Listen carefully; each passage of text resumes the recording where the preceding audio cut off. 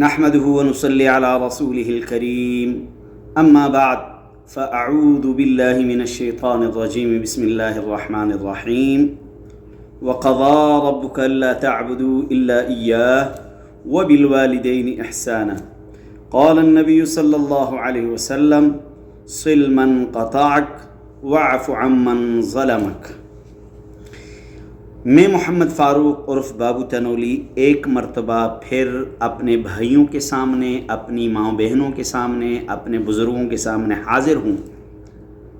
آئیے سب سے پہلے سرکار دو عالم، امام الانبیاء، فخر کائنات، سرور کائنات محمد مصطفیٰ صلی اللہ علیہ وسلم پر درود شریف بھیجتے ہیں۔ پڑھیے میرے ساتھ مل کر، اللہم صلی علی محمد وعلی آل محمد کما صلیت علی ابراہیم وعلی آل ابراہیم انک حمید مجید۔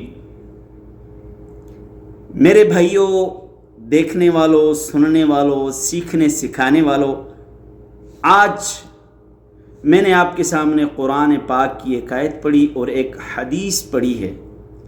دو گناہ آپ کو ایسے بتاتا ہوں، مختصراً خلاصہ، بات کو لمبا نہیں کرنا چاہتا، مختصراً دو گناہ آپ کو ایسے بتاتا ہوں کہ جن کی پکڑ، جن کی سزا آپ کو دنیا میں ملے گی۔ دو گناہ ایسے ہیں جن کی پکڑ، جن کی سزا آپ کو دنیا میں ملے گی۔ اس لیے آپ کو یہ علم ہونا چاہیے کہ وہ دو گناہ کون کون سے ہیں۔ ان دونوں گناہوں سے آپ کو اور مجھے بلکہ اپنے سارے خاندان والوں کو بچانا چاہیے، سارے خاندان والوں کو بچانا چاہیے۔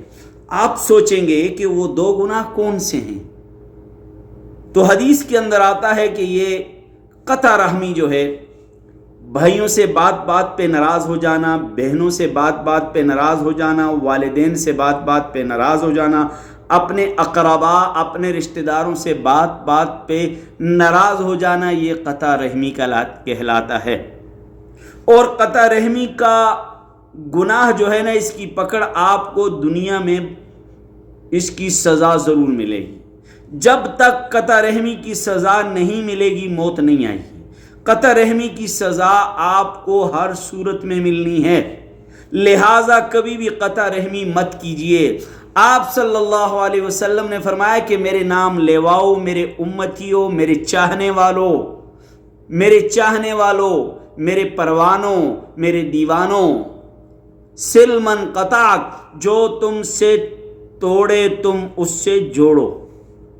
تم قطع رحمی مت کرو، تم صلہ رحمی کرو۔ جب صلہ رحمی کرو گے تو پھر تمہارے اوپر برکتوں کا نزول ہوگا۔ جب صلہ رحمی کرو گے تو تمہارے اوپر اللہ کا فضل ہوگا، اللہ کا کرم ہوگا۔ تو میرے بھائیوں، میرے دوستوں، میرے بزرگوں، پہلا گناہ جس سے بچیں گے، ہم نے قطع رحمی نہیں کرنی، ہم نے قطع رحمی نہیں کرنی۔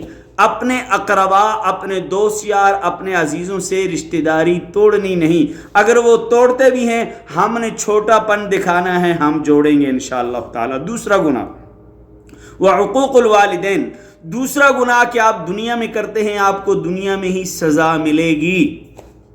اگر آپ یہ گناہ کرتے ہیں تو آپ کو دنیا میں ہی سزا ملے گی۔ بسا اوقات اولاد نافرمان ہوگی، یہ سزا۔ بسا اوقات گھر میں بے برکتی ہوگی، یہ سزا۔